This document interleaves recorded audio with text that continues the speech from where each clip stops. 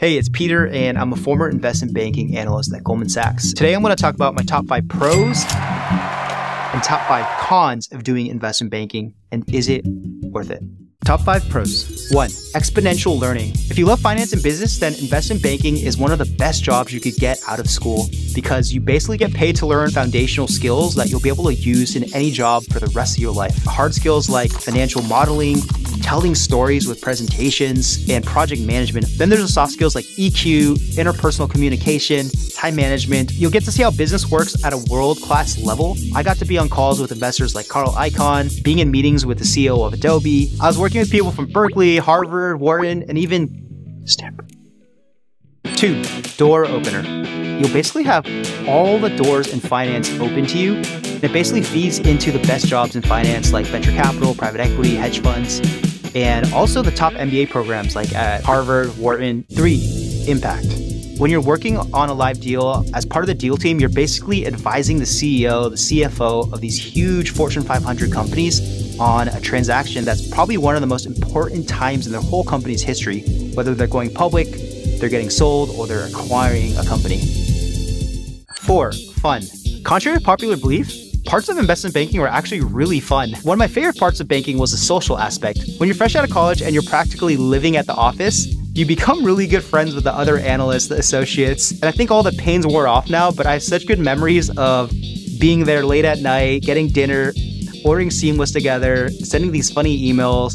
And at midnight, we walked to 7-Eleven to spend our $25 stipends to get Pocky sticks and pizza. And so you really bond. And with some of those coworkers, we're still good friends to this day. I personally actually really enjoy building models in Excel and telling stories with presentations. And training in New York City before we started as analysts, that was one of the best summers of my life. Growing up in Silicon Valley, Yahoo was like the company. And I got to be on calls with the CEO of Yahoo. And when Rackspace went public, I got to be on the trading floor when it started trading that day. 5. Compensation. I listed money last because although money is really important, it's definitely not everything. And if you're only doing banking for money, there's so much pain, so many trade-offs. It might be hard for you to sustain your motivation. In banking, comp can change a lot based off of market conditions, how the firm's doing that year. According to mergersandacquisitions.com, in 2023, a New York analyst made between $100,000 to $125,000 for their base salary.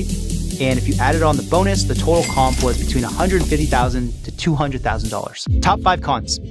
1. Your personal life suffers. On average, most analysts work about 80 hours a week and up to 120 hours a week on a live deal. I usually would get in around 9:30 and leave between around 12 and 2. When you're working all the time, there's a big risk that your relationship with yourself suffers. Some people, myself included, tend to place too much of their self-worth on external metrics like making the most money, having the most prestige, crushing it. All those external things can change, and when they do, you have a very fragile sense of self-worth and identity. There's a risk that you lose yourself, you lose who you are, what you really want, and what actually makes you happy.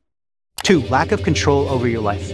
One of the hardest parts about banking is that the hours are so unpredictable. Because it's client service and you're working on live deals where anything can happen at any time, you're always on call. If the client emails you, if you're having dinner on a Friday at 9 p.m., you need to respond right away or get to a computer. If it's Saturday or Sunday and you get one of those emails, your night's over, you gotta go and handle it. I couldn't commit to anything. If friends asked me to go snowboarding or to go out, I would say, yeah, I'm down if my schedule allows it. Let me get back to you. I'm not sure. It sucks when you keep saying no to your friends, but it's really the worst when they stop calling. 3. Relationships suffer. Because you're at the beck and call of the client, you can't fully be there for your loved ones. I remember when one of my family members was diagnosed with cancer, it was a big deal for me to even go to the staffer and ask for some time off to visit the hospital. And even when I was there, I was still checking my BlackBerry and really afraid that I'd be called back. And everyone was actually pretty supportive, but there was this hidden pressure of, hey, I gotta get back to the office and I gotta get back to work. Because my life revolved around work and going out, I became a pretty one-dimensional person, like work hard, play hard, that type of guy for those years. I had a lot of fun with my friends, but I wasn't really investing in deep relationships. I had no time for dating, and I definitely wasn't the best son or brother at that time.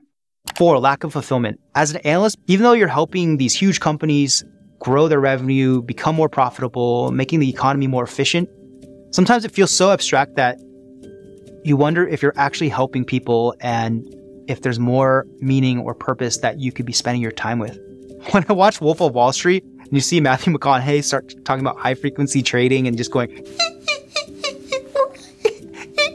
like, it's ridiculous. It's totally inaccurate, but the essence of it, sometimes it actually rings really true. Sometimes it gets to the point where you'd have to ask yourself, did you ever wonder if there's more to life than being really, really, really ridiculously rich? 5, pigeonholing. Outside of finance, banking can actually limit your options. Post-MBA, if you want to be an investor, if you want to be on the CFO track or an FP&A, banking is perfect for this. But outside of that, if you want to jump out of investing, out of finance into operations, building product strategy, it's doable, but it's harder because some companies actually like consultants better in this case because of their problem solving. And then there's the golden handcuffs. Basically, the longer you stay in banking, the more money you make. And then there's lifestyle inflation where you start spending as much as you're making, the more specialized your skills become in doing deals. If you try to do anything outside of doing deals, you'll probably have to take a much more junior role and a huge pay cut because people don't want to pay a super expensive banker for a very niche skill set. Mental health. When you're working this much all the time under so much pressure, your anxiety, your stress levels can go through the roof. If you play this game of being the best, the richest, the wealthiest, only one person can win this game. I started to subconsciously stack rank people whenever I met them. What job they did, what firm they were at, how much money they made. And the worst part about it was that all that judgment I was projecting on everybody else, I projected back onto myself. They are basically mirrors for my own judgment. It's a big reason why I struggle with being a perfectionist, being afraid of failure, being afraid of making mistakes. And I've had to work a lot to break out of that, to have more of a growth mindset. When I placed my self-worth on external things like my job, title, how much money I made, it was a really dangerous place to be in because those things all would go up and down and my self-worth would go up and down with that. So I spent years to really heal myself and to be able to find my self-worth just within myself. I'm still on this journey of accepting myself for who I am and knowing that I'm good just the way I am, regardless of my job, title, my performance. Is it worth it? This really depends on you and what you want. If you want a really good work-life balance and you want to have a lot of space for your health, your relationships, then this might be a really, really, really ridiculously bad idea. But if you genuinely enjoy finance and you love business, so you get really excited when you read the Wall Street Journal, you like investing, you like building models in Excel, then this is probably like the best job that you could get. Or if you know being an analyst is just a foundational stepping stone to get into venture capital, PE, hedge funds, etc., then this could be a really awesome role for you.